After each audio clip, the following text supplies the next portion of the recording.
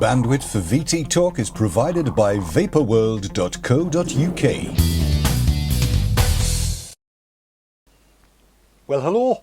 Well, hello. Hello. Good evening. It's Wednesday night and we're having a transatlantic VT talk tonight. As you will see over my shoulder, a very handsome chap. If you've ever been to Vapor's place or if you've ever listened to VP live on a Sunday night, this is the face behind the voice. This is Kev, the one and only Kev, Vapor's place, VP live over in America. And he's going to be joining us to talk about all kinds of stuff tonight. And sorry if I'm excitable, but I'm excited because it's going to be a good show, we have decided. Also, we've got Sav, as per usual, and Cat wrangling questions in chat. It's like, what's the word I'm looking for? It's like VT Talk!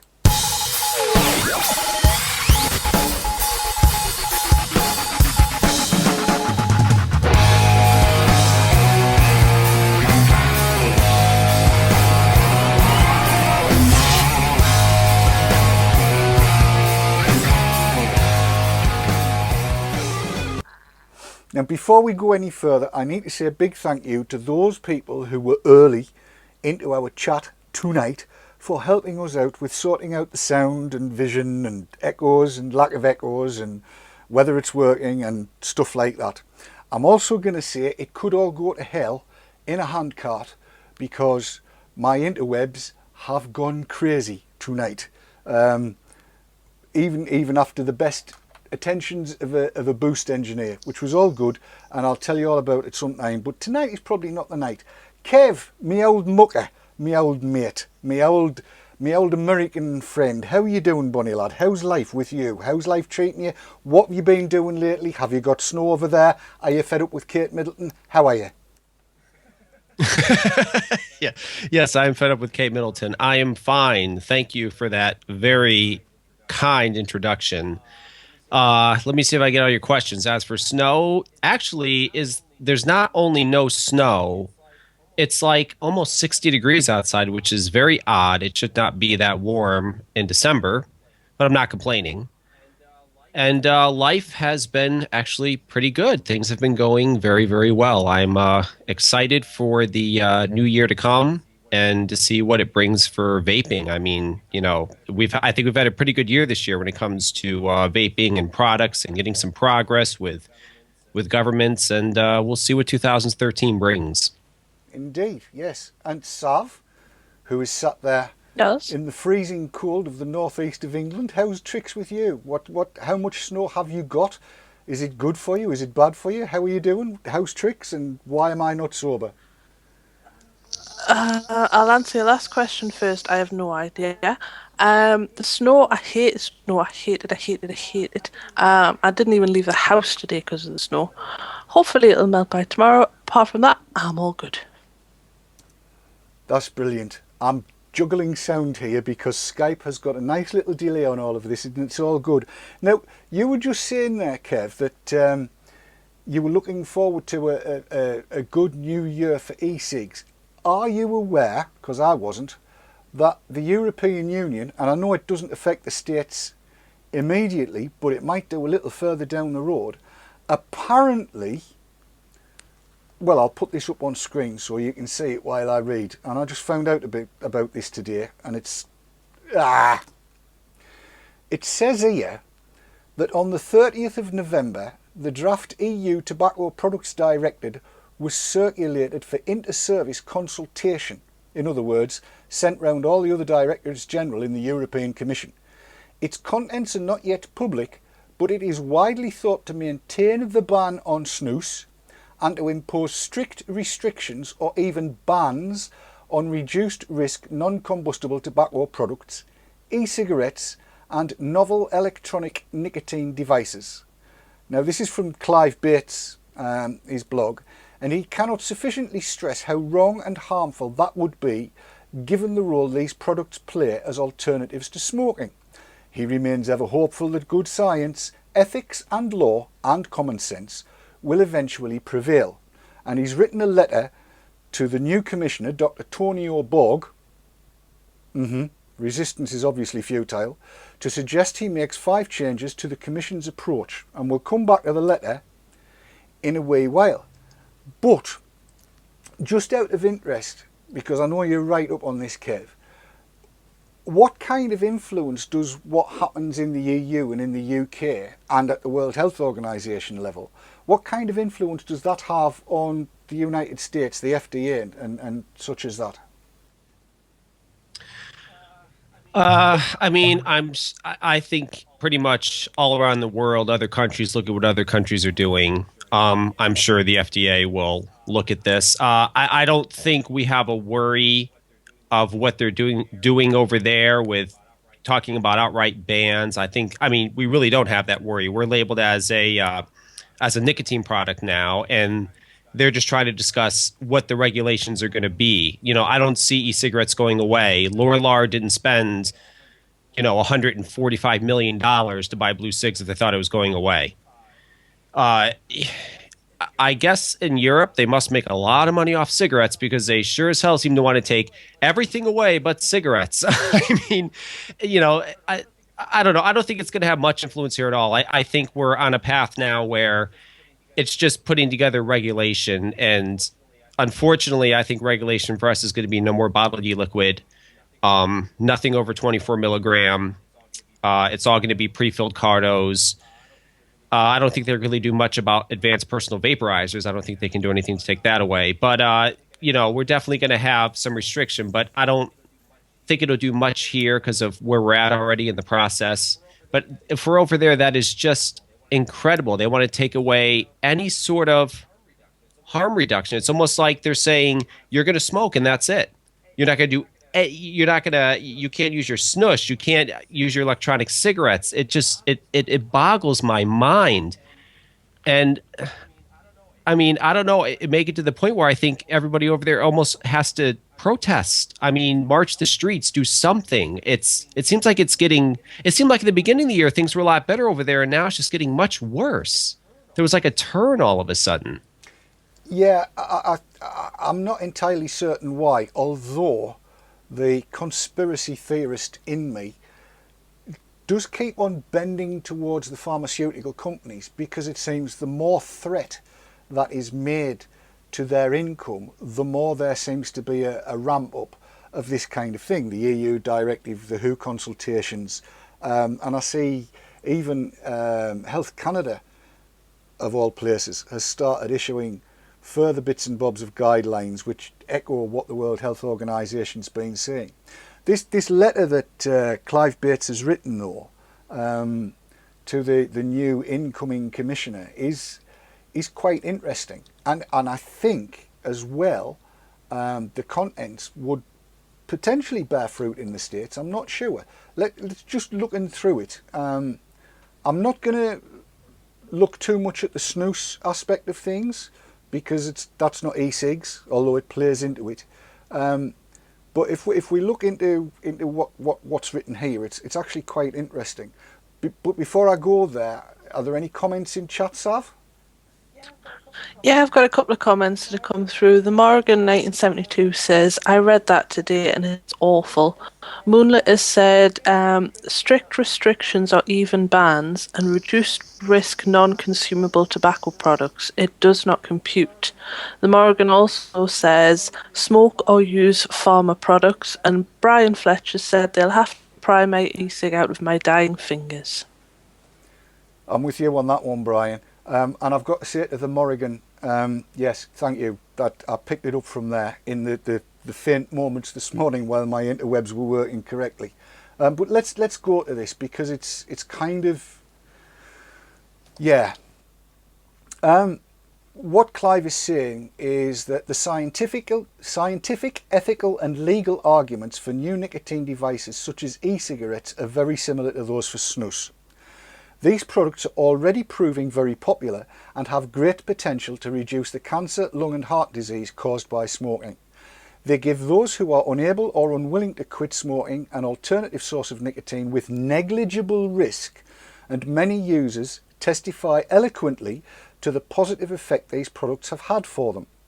The danger is that the new directive will impose excessive and ill-conceived regulation that marginalises these products by making them unattractive to smokers, by preventing clear communication about reduced risks, by making them hard to access, or by forcing product changes that make them inadequate substitutes for smoking, for example, by limiting the nicotine delivery of these products.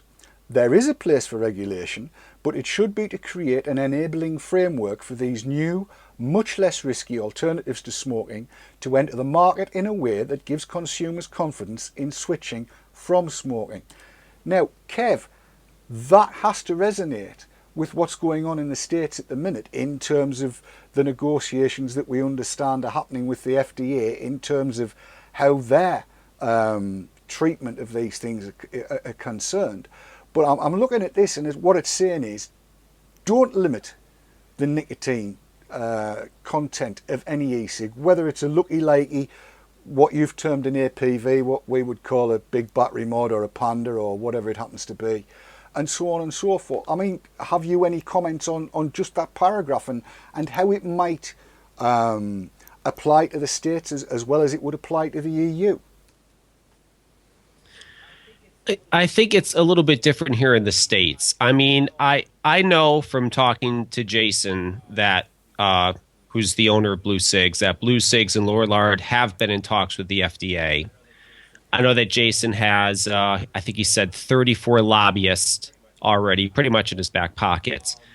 At this point, you know, I think that what's going to happen is they're going to butt heads on some things, but I think at the end of I honestly think at the end of the day, most of this regulation is done.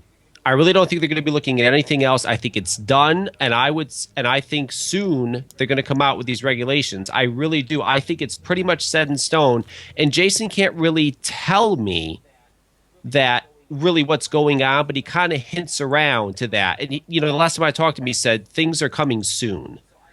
So I think they've pretty much made their minds up about how it's going to go. And now, of course, Blue, being a business selling stick batteries and cartomizers, of course they're going to be in agreement with, hey, just pre-filled cartos, this and that and such, which I think is a shame. I don't think it'll be that way forever.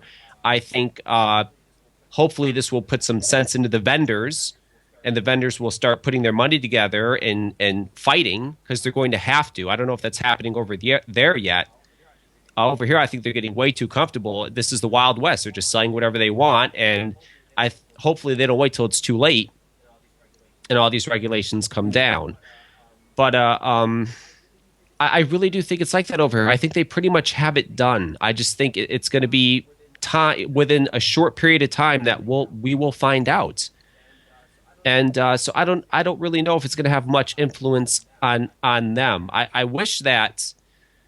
I just don't understand. Now, what I don't get, Dave, is at the beginning of the year, right? Didn't things kind of seem positive for electronic cigarettes over there? Didn't it seem like things were going on a good path? Maybe they were even more accepting. Where did it go wrong? Why is all of a sudden this happening? Why? Where did it go wrong? I think, to a large degree, and I'm not a great one for conspiracy theories. I never have been. But the more I look at this, because what we're seeing here in the EU is pretty much, it mirrors what you're seeing over there. It looks as though this directive is a done deal. For instance, I believe that in February of this year, when things were looking really good, as you say, Catherine Devlin, representing ACETA, went across to meet with people in the EU, and she came back very positively. But what we're discovering is that the whole of the directive was done. It was out of draft. It was written down and sorted, and it had been rubber stamped by the previous director, John Daly. And basically, the meeting that she'd had no effect whatever. It was already a done deal. It had been done, sorted. That's what we're going to do. And it was only his resignation, because of all of the kerfuffle that went on, that actually stalled it until the end of November. It would have gone out 4 weeks earlier. And indeed, I think a lot of us were taken in when he said, well, that's it. It's not going to happen for 2 years now because of this resignation, it's stalled. It's going to more or less be thrown out.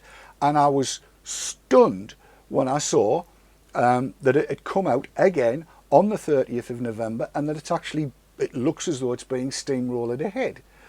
But what he did hint at in his resignation texts and speech was that it's going to be cartomisers, that they're going to be pre-filled cartomisers, if indeed they're allowed to go ahead at all, and that they more or less subscribe to the World Health Organization position prior to COP5 that e-cigs needed to be got rid of. And this is one of the daftest justifications I've ever come across, because somebody using, particularly a looky likey, looks like they are enjoying smoking, and that is the ideological hatred that these anti-tobacco and anti-nicotine people have. They don't want to see people using something that looks like a cigarette. They don't want to see people basically enjoying nicotine. And I know I've harped on a lot over the last few months about the tobacco business and the e-cig business being very closely aligned, and they are, because basically what's happening, as far as I can see, is that the the tobacco control people have become nicotine control people, and their main aim is to have everybody nicotine abstinent, no nicotine use at all. And I'm imagining that we've got comments coming in from chat. Sav? We've got a couple of comments that have come in. I'm just going to read what the Morgan has just put in. It said there was a story about a week ago in the Malta Times about Borg just running full speed ahead with the previous Tobacco Products Directive. I guess it was true. It certainly looks that way. It certainly looks that way. And I think the antis here, I do think there is though a small group of them who, I think you're right. We're using these e-cigarettes. We're enjoying them. They hate that. It looks like smoking to them. They don't want that. But I think, I know a big part of it is these anti-tobacco groups are funded by Big Farm, and they don't want to lose that money. Big Pharma doesn't want to stop people from buying the patches and the gums and all these nicotine replacement therapies they come out with. They're losing money because of electronic cigarettes. There's no question they're losing money. And so they're sending the antis out there. And what the antis do here is, in all the states, they convince the various states to come up with these bans. Like the most recent one, which is insane to me, is here in Georgia, in Covington, Georgia. They're proposing a ban that you can't use any sort of nicotine products in their parks. So if you're walking through the park, right, just on a nice sunny day, you want to walk through the park, you can't use snus, you can't use an electronic cigarette, you can't use a dissolvable, any sort of nicotine product. That's crazy. And stuff like that's being brought up to these states by the antis. They go and they convince them, you need to do this, and you need to get rid of these e-cigarettes with all these indoor bans and everything. Now, luckily, we've managed, I'd say, to fight off a pretty good amount of them. We really have. There's some that have gone through. I believe Utah, they have an indoor vaping ban. You can't vape indoors. But for the most part, we have CASA and these other, CASA really, they get everybody together. People go and speak at these legislation hearings and educate them and explain to them what vaping electronic cigarettes is. They get a better understanding. But the only thing that really hurts us FDA-wise is 3 years ago when they put out that report that they found, as they call it, radiator fluid in one of the e-liquid samples that they took. Now, that was done over 3 years ago. That's been proven that that's total crap otherwise, yet they still use that. And in fact, I believe when they went to court over that, they were supposed to pull that down off the FDA site, and it's still up there. But I think we've done a good job fighting. I think we've convinced people, and the more and more people are buying electronic cigarettes, which it's getting big here. There's commercials on television now for electronic cigarettes the less and less chance it's really going to go away. But us as enthusiasts, as vapors, where we drip and we use bottled e-liquid, we still got a big fight because anybody watching in the U.S., that's going away. Say goodbye to your bottled e-liquid for a while. There is no way they are going to allow us to keep that. That's just not going to happen. So, yeah, I mean, we have the same problem with the antis here, but I think really for them it's the money. They don't want to lose that money. They're getting big money from these big pharmaceutical companies, and they're paying themselves, some of these organizations, pretty good salaries. They don't want to lose it.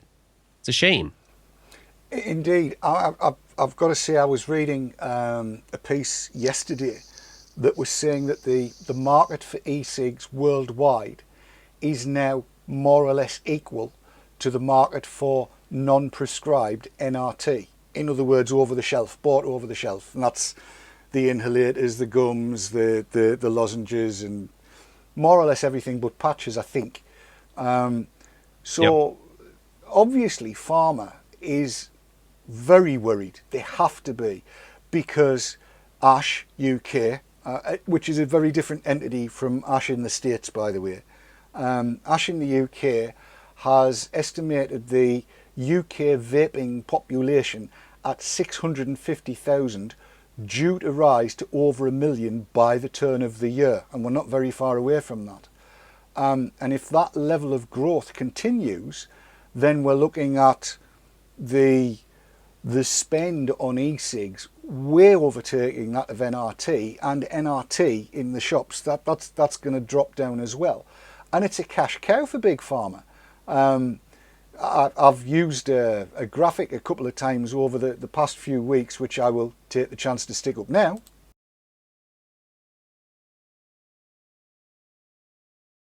I'm not sure if it's the same article, but Jan, I think, maybe talked about this article on her show the other night. Did it say something like they projected the amount to be something like $50 billion or something like that that's been made in the past, and through, I believe that's worldwide, through the e-cigarette industry? And Jan's in the chat. Tell me if I'm correct. I believe they said it was $50 billion.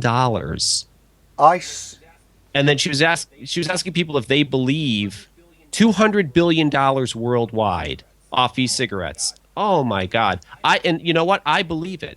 I really do. I think people kind of underestimate how much the vendors are making. I know they underestimate it. And I totally believe that. I mean, that's a staggering amount. Do you believe it's that much? If you take both prescribed and over-the-counter NRT together, it'll certainly reach that. I do know that at their financial call, their conference call, Lorillard did say that they'd sold $14 million worth of blue e-cigs in the first quarter since they took over, which seems like a lot. And that's just one company. One company, yes. Yes. We'll leave that one to sink in for a couple of minutes while we take a run of ads. And when we come back, we're going to carry on with this, because I'm finding this massively interesting, if slightly worrying. We'll be back in 2 minutes.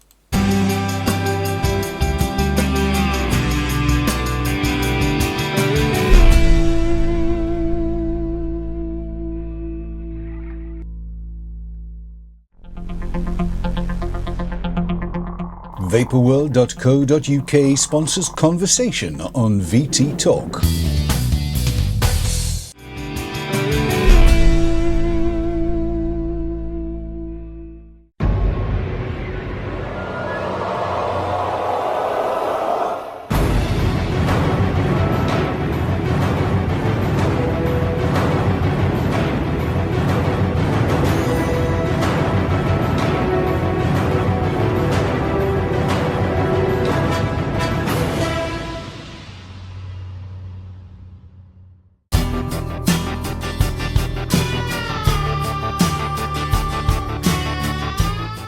GG, because you want one. iVapor and iVapor Elixir, based in Yorkshire, for your e-cig needs. That's ivapor.co.uk and ivapor-elixir.co.uk. iVapor and ivapor-elixir.co.uk, proud sponsors of vaportrails.tv.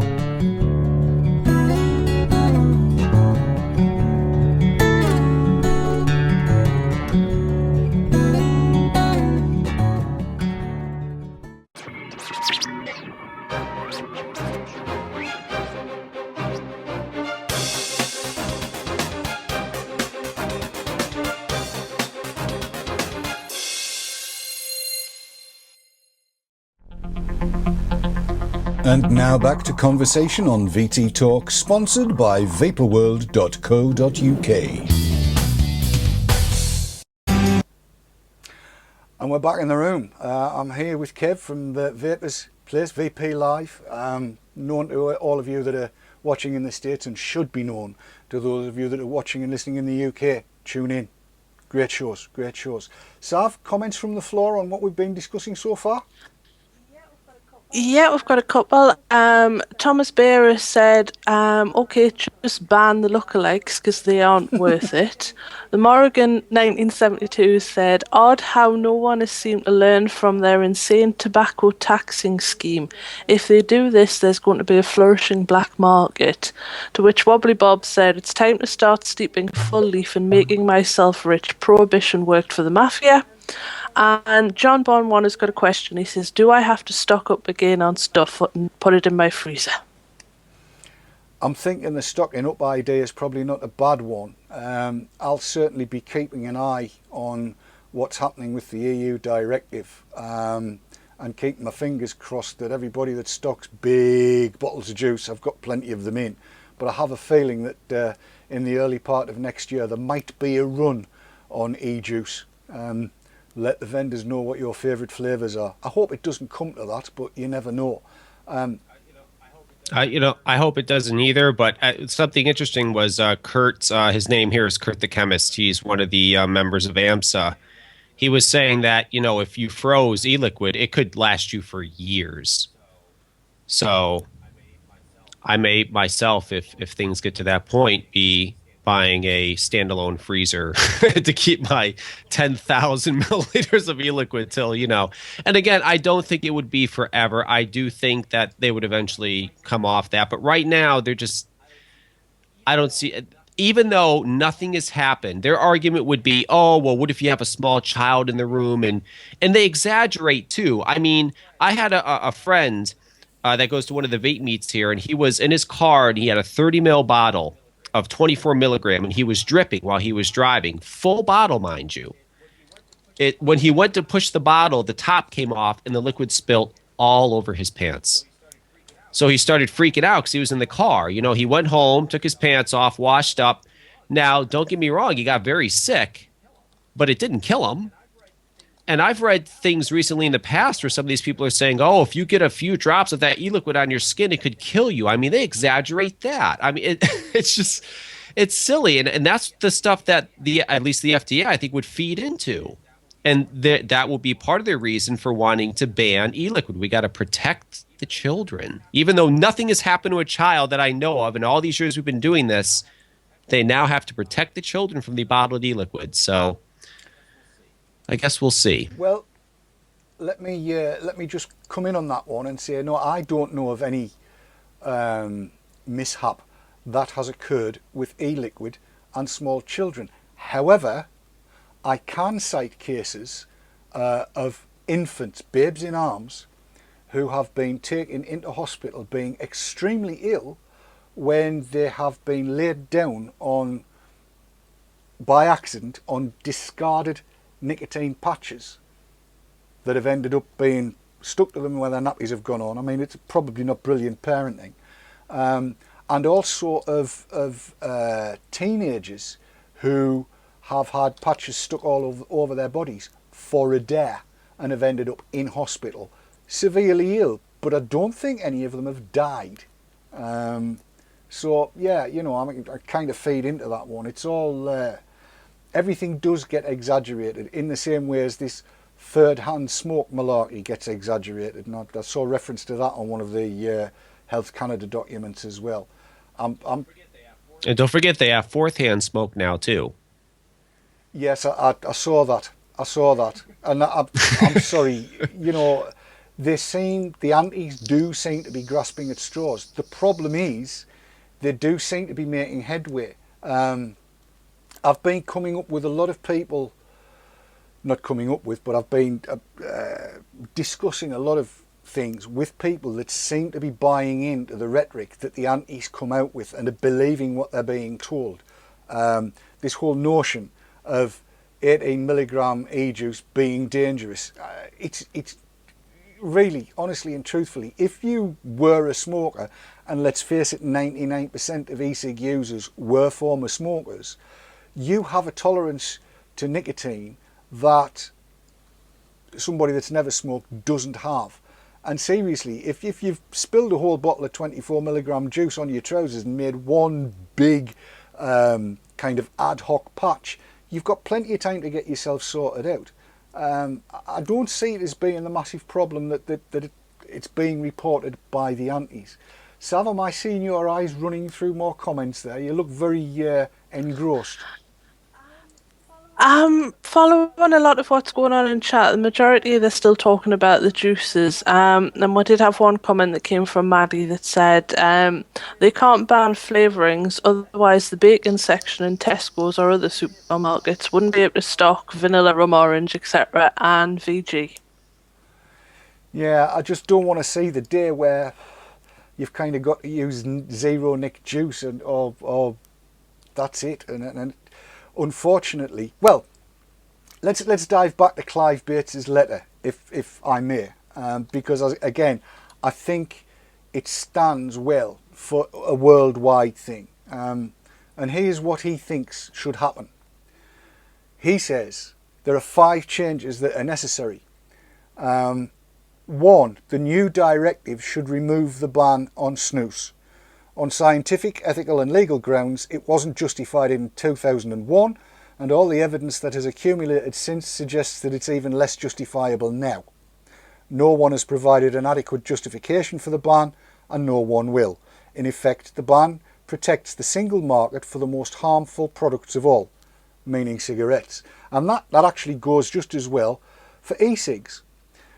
The second point is that it should introduce regulatory toxicology standards for all smokeless tobacco products.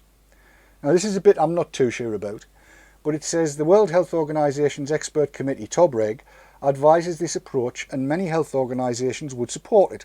It would potentially remove from the market the worst forms of smokeless tobacco, whilst leaving better products such as snus to compete with cigarettes in the internal market with health as a consumer driver. The third point is to seek further advice and analysis before making any regulatory interventions concerning novel nicotine products and e-cigs. The major health benefits of these products for existing smokers should be given great weight in EU policy. If there is to be regulation, it should have the objective of creating an enabling framework to build confidence in these products as alternatives to smoking. The 2001 directive has provisions to respond to emerging scientific understanding. It would be better to use a similar approach in the new directive to address novel nicotine products, rather than rush to an ill-conceived and counterproductive regulatory intervention at this stage. And I'm going to come back to you, Kev, because again, this addresses exactly what the USA is doing and what we're doing, where we're trying to get something sensible together and actually look at what the benefits of e-cigs are in comparison to what is a known high-risk product, which is cigarettes. Now, I've got to state my case again and let everybody know where I am. I don't particularly want to see the back of cigarettes. I think that it's a personal choice matter. I honestly believe that everybody, or 95% of people worldwide, understand the risks that are involved with smoking tobacco. And I think once you understand those risks, it's your choice to make whether you decide to smoke tobacco or not. In exactly the same way as jumping out of an aeroplane with a parachute, I know what the risks are, I choose not to take them. Diving down to 100 metres with an aqualung, I know what the risks are, I choose not to take them. Skiing down a mountainside on a black ski run, I know what the risks are, I choose not to take them. When it comes to smoking tobacco, I know what the risks are, I have chosen not to take them, but I don't deny other people the right to choose to smoke tobacco, to go down black runs on ski runs, to jump out of airplanes with parachutes, to dive down to 100 metres, to do anything they want to do. As long as they know what the risks are, it's then their choice. That's my take on that. When it comes to e-cigs, we know what the risks are, or we think we do, and certainly in comparison with cigarettes. If everybody's informed of that and they know what the risks are, then surely anybody that's got the slightest worry about the risk profile of smoked tobacco would choose to go for an electronic cigarette, given that we know that the risk is 1% or less than that of smoking tobacco cigarettes. Now, surely the FDA, the MHRA, the World Health Organization, the EU health people, everybody must be aware of where things stand. I mean, how does that sit with you, Kev? Well, I think what they would say to you is they would probably come back with, listen, we don't know the long-term risk, which is true. In all fairness, we do not know what this is going to do to us long-term. I mean, 20 years from now, we could all start growing third arms and go, oh my God, how did this happen? Who knows? And they're right about that. But I look at it this way, okay? I know what the long-term risk of smoking is. I know what it is. I'm not sure what the long-term risk. I know what the short-term is. I know that when I stopped smoking and started using electronic cigarettes, I got my smell back, my taste back. You can feel the difference. You know that it is way less harmful than smoking is. I know the long-term risk of cigarettes. I know if I kept on doing it, I was probably going to I would go early, like a lot of long-term smokers do. And I'd rather take the chance on the e-cigarette because you know what? Who knows? Maybe you know what? Maybe long term nothing will happen to us. Maybe nothing at all. It's a possibility. We don't know. But that's probably what their argument would be. Now, as for here, we do have studies in the past couple of years that have come out. The FDA knows about them. You can go on. Which we have done in the past. You can go to the whitehouse.gov website, start petitions. We have told these people how many times that what it's doing to us, how we feel better, how we're healthier. I mean, I had a guest one time on my show tell me that he had emphysema. He started vaping, and 6 months later, it was actually being reversed. So, but I just think they have blinders on. It's like they don't care. They don't want to see the positive studies. They don't want to hear from us. It's like they made up their minds that they don't like this, and that's that. Now, I don't know about over there, but it definitely seems like it's that way over here. They just don't want to hear it. They think this is how we feel. We're right. And there's also money involved, too. You know, when you have the states here in the U.S. make lots of money off selling cigarettes. Lots and lots and lots of money. They don't want e-cigarettes. You know, they want people to smoke here.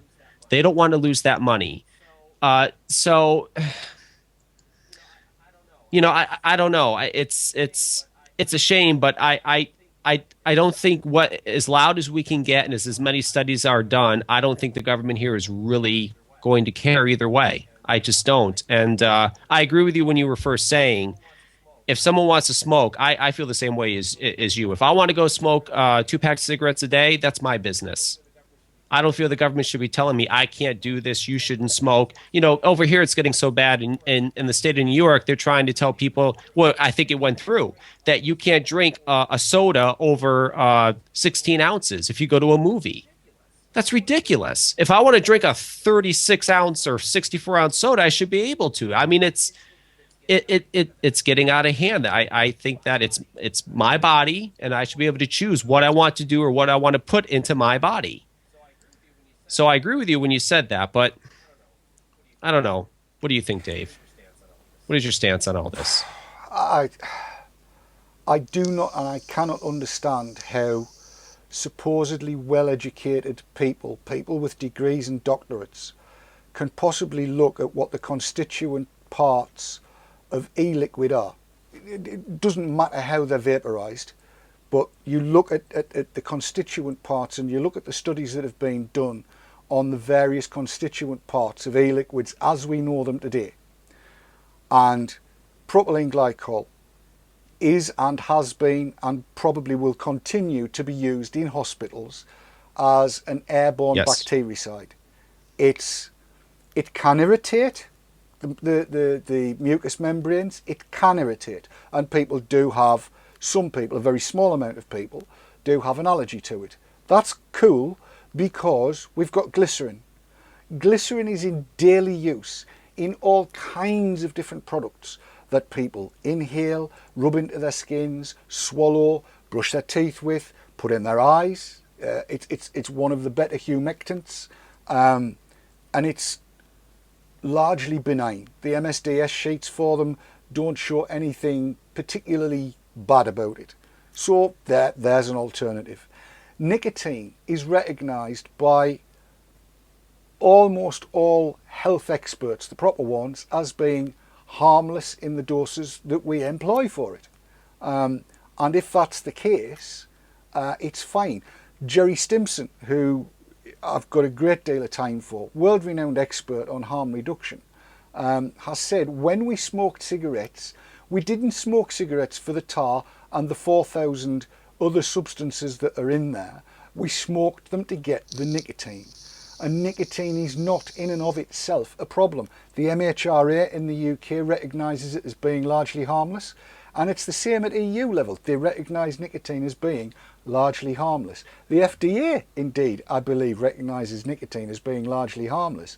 But when you look at the rhetoric that these various different bodies put out, the non-government organisations that are funded both by government and by Big Pharma, they'll always say the same thing. It looks like you're enjoying yourself with a cigarette, therefore we don't like it. And it doesn't matter whether you're using something that does look like a cigarette or whether you're using something that looks like Sav's mum's favourite toy. I will take it no further than that. But it doesn't matter what you're using, you're exhaling a vapour that looks as though it could be smoke, and therefore they think it's going to re-normalise the act of exhaling something which looks like smoke and getting enjoyment out of it. And they just don't like it. It's a puritanical response to something that they shouldn't be responding to, in my view. Sav, would take a few quick comments if there are any there, and because I've got to take the second set of adverts. Yes. Have we got anything? Yes, I've got quite a few. We'll rattle through them. Andy Bell has said, electronic cigarettes are not the concern. We can make them. It's the lack of nic juice that's frightening people. The Morrigan has said, they pretend that children will start vaping and then moving on to smoking. And has also said, in fact, California's tobacco control is so effective that they had to borrow money to pay for their tobacco bond payments this year. Regarding the side effects of vaping, Jeff Bennion said he could find a use for a third hand. Fire and Blanks has said, here's a nice predicament. What happens when someone dies from falling into a freezer full of stored nic juice? And the Morrigan has also said, all we are cash cows, to which Moonlit said, I can tolerate being a cash cow, just don't force me to buy a thing I don't want rather than a thing I do. Yeah, and that's crazy here. There's actually been some antis that have come out here and said that people using electronic cigarettes will lead them to smoking real cigarettes. Which is the silliest thing I've ever heard. I've never heard of such a thing. I mean, the stuff they come up with is just mind-boggling. It really is. It makes no sense whatever. And because, as you've probably gathered, Kev's video has frozen at this end, we'll take the adverts and we'll try and get him back. We'll be back in 2 minutes.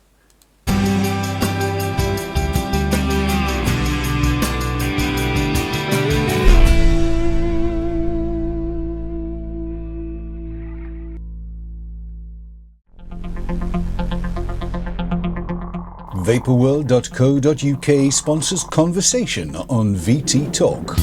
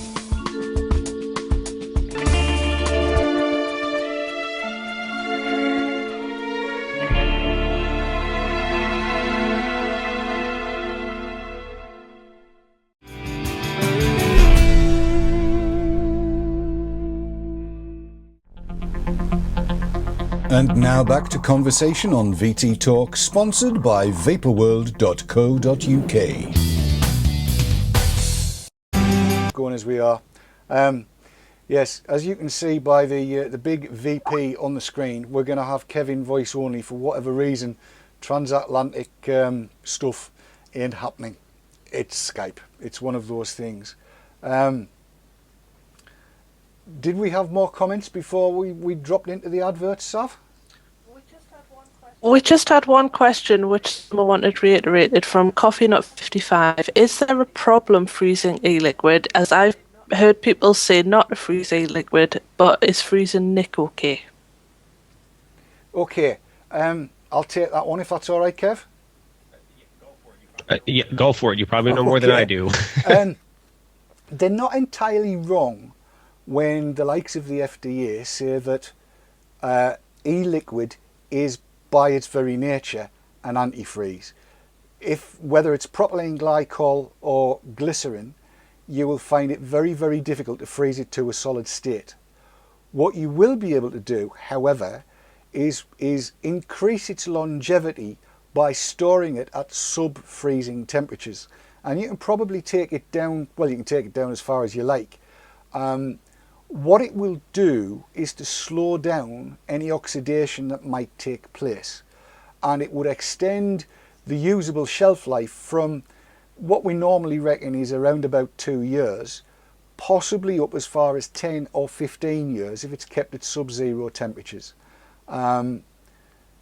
And it will have no effect whatever on the taste and flavour of it. In fact, it would preserve the taste and flavour even better, because you would, if you took it brand new and fresh, you know, a bottle this sort of size that was all completely sealed and had no air in it, if you were to chuck that into the freezer and leave it there,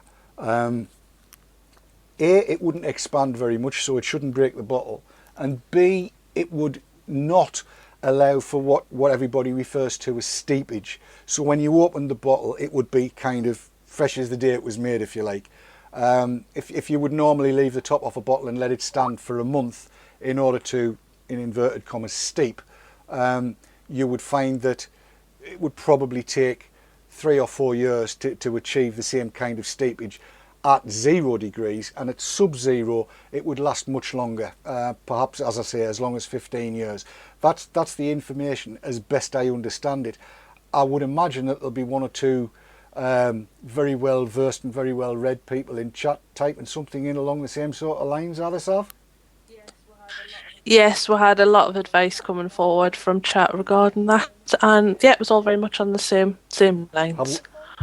But before you go on to your next thing, can I just read out a comment that's just coming from Vaporologist that I found very interesting? And he says, just had a thought, if they want to restrict us to using pre-filled cartos, which will lean towards the use with lucky likeys, then they kill their own normalization argument.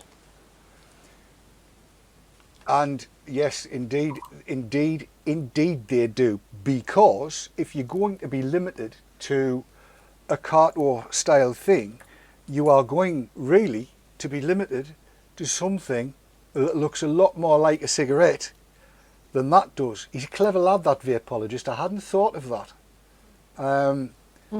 That hadn't occurred to me. Yes, because, you know, Blue e-cigs and VIP, Sky Cig, Enjoy, and a great many more, this is the kind of thing they sell. And yes, they look so much like cigarettes. Not so much that one, but certainly that one. That looks exactly like a cigarette. And actually, talking about Enjoy and Enjoy Kings, particularly, aren't there a 45 milligram cartridge in those, Kev? Yes, they have the Enjoy King Bold, which is 45 milligram, and they have the Enjoy Gold, which is I believe a 30 milligram. I actually got the Gold because the 45 was just way too much for me. And talk about looking like a cigarette. You cannot tell the difference between the Enjoy King and a cigarette. It has a filter like a cigarette. It has the paper, it's like a cigarette. Even the light on the end, they made it so it simulates the way an ash would light up when you're smoking a cigarette. you really cannot tell the difference. And when you open up the package, it smells like cigarettes. It is the closest thing to the real thing I've ever seen. It and I mean, even when you even the I don't know what kind of liquid they're using in it, but even the liquid tastes like a cigarette. It really is amazing. And yeah, I mean, 45 milligram, my God. Because like Blue Cigs sells disposables, they have them pretty much in every Walgreens pharmacy here in the States. And Walgreens is a huge pharmacy chain. They have them in many different places. They use 24 milligram. Now, they had to do that because they want people to get that throat hit when they first use them. As you know, you're not going to get a throat hit off 12 milligram. I mean, so they had to do that, and they wanted people also to be able to feel the nicotine. They want them to feel that, you know, this is working. And I know a few of the guys from the vape team have tried the Bold, the 45 milligram, and they're like, it's incredibly strong. But the weird thing though is they said, you know, after a while of using it, you actually kind of get used to it. Yes. So yeah, I mean, I think that what Enjoy did with this Enjoy King is remarkable. And again, it's not really anything I think us as enthusiasts would use, but it's such a great introduction to vaping because I think most of us, when we first started, we wanted it to taste like a cigarette, look like a cigarette. What we wanted when we first started is what that Enjoy King is. I've actually got an illustration of what it looks like here for everybody to see. That's the Enjoy sight. And when you look at that pack, the one in the middle particularly, I don't know if I can make it any bigger. I don't think it will go any bigger than I've got it now. You look at that and that looks so much like a cigarette. I mean, they come in a 3-pack, but I think it's 1 per plastic cartridge, is it? Yeah. The ones they sell here, they come with 1 disposable, and but it's in a little pack just like that. What's even really neat too is when you open and close the pack, it has kind of like that clicky type thing, like when you open and close a Zippo. You know, they just really put a lot of thought into it, and it's really impressive. I mean, I'm impressed by it. Now, again, it's something I don't use a whole lot. I do take it with me if I had a meeting yesterday and I took it with me because it's just very easy. I can use it in the car. You know, I also get worried that someday I'm going to be driving down the street and I'm going to be using my Darwin, and some police officer is going to pull me over and, oh, what is that? You know, they don't know what this is. For all they know, I'm using drugs in this thing. You know, if I'm using an Enjoy King, it's just like a cigarette. I'd have no hassle. But yeah, I mean, it's from the packaging to the product, everything about it. They really hit a home run, and it's going to be a great thing. Whenever somebody wants to get into vaping now, I say go buy and the fact that you can buy it. We have 7-Elevens here, and they're a huge convenience store chain that's all over the country, so they're very easy to get. I could just say to somebody, hey, go to 7-Eleven, buy an Enjoy King. And I feel comfortable saying that because it's that good of a disposable. Right, yeah. I've been trying to get my hands on one and I've yet to manage it. But everything I've... Oh, I'm sending you one. I told you I'm sending you. In fact, I have yours. I'm going to be sending one to Tim and Tony. I have them all right here. I just got to get up off my butt and get to the post office and send them to you. I already have them. They're right here. I got you a Bold, of course. I know you wanted the 45 milligram. Well, Kev, get off your butt and get to the post office. And I was going to send you a menthol one as well, but a couple of people told me don't do that. He would not want the menthol. Why? I don't know, but they said you would. Yeah, he's shaking his head no. He doesn't want the menthol. No, don't let anybody persuade you otherwise. Definitely not menthol. No, you wouldn't like me on menthol. You really wouldn't. It wouldn't be nice. But yeah, I mean, and actually, I was going to discuss a video that I'd put out on YouTube from last week's Haze Hour about using 45 milligram juice for starters, and we're not going to get there tonight because I think we've got more important things to talk about with what Clive Bates has been doing and what the EU's doing and how it impacts on the states and everything else. But this is part of it, and it's easier to come down than it is to go up, let's put it that way. Sav, I see your eyes flitting backwards and forwards, so that suggests to me that we have yet more comments from chat. We just had a few comments coming in regarding that e-cig you were talking about. The Morgan was saying it even feels like a real cigarette, which is quite bizarre. But for the strength for the 45, a lot of people in chat are saying that yes, it's quite good for a newbie, but not necessarily for a long-term vapor, and that the price of the disposables are starting to push them actually out of the market because the prices seem to be going up for the disposables these days. So I think they said there was $7.99 for one of those, $7.99. Yeah, they're $7.99. And again, that's why they are costly. But it depends. Now, for instance, my younger brother, I had seen him for Thanksgiving, and he's been smoking, and he wanted to quit. Now, he smokes a pack a week. So we got him an Enjoy King, and he says it lasts him about 4 to 5 days, which makes sense because he was only smoking a pack a week. So every 4 to 5 days, he's spending $8.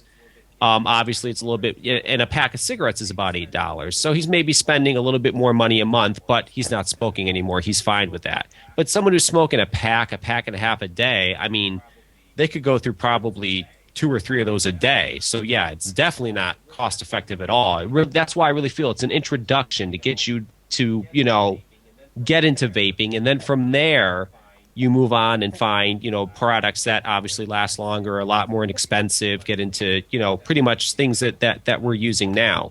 I just hope they don't raise the price, because Blue Cigs did the same thing. They came out with a disposable. It was $7.99, and now at some places they're $10.99, $11.99. It's a shame that they did that, because that's too much. They should be selling these things for $2.99.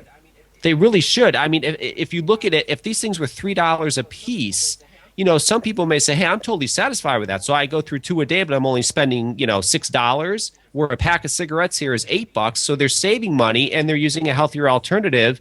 They'd be selling a bunch more of them, but maybe they don't think that we're there yet, that there's not enough people that would constitute doing that. I don't know. I think that hopefully in the future they do something like that. But yes, they are pretty expensive. I think we could probably carry on talking about this all night, but I am aware that I've got less than 2 minutes left of this show before I've got to pull it to a close. I've thoroughly enjoyed the conversation, and I hope everybody watching live and watching on video on demand has too. I need to say a big thank you to Kev, coming in all the way from the States, even though he's been disappeared, but in voice tonight, and also to Sav, who has been, as ever, absolutely brilliant doing what she does. Thanks very much, Sav. No worries. Kev, I've got no doubt we'll talk again very, very soon, but can I say thanks for coming and joining us quickly? I thank you for having me on. It's been a lot of fun. I really enjoyed the discussion. And that's about all we've got time for. So there we go. I can do something, right? So I'll just turn that little lot down and say thanks again to Kev from VP Live. Thanks again to Sav.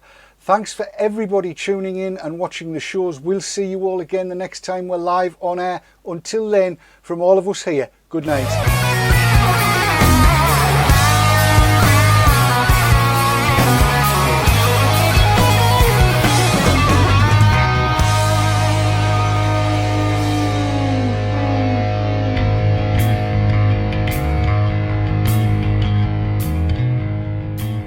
VT Talk was sponsored by Vaporworld, introducing the straight-up range of e-liquid from the USA containing real tobacco extracts.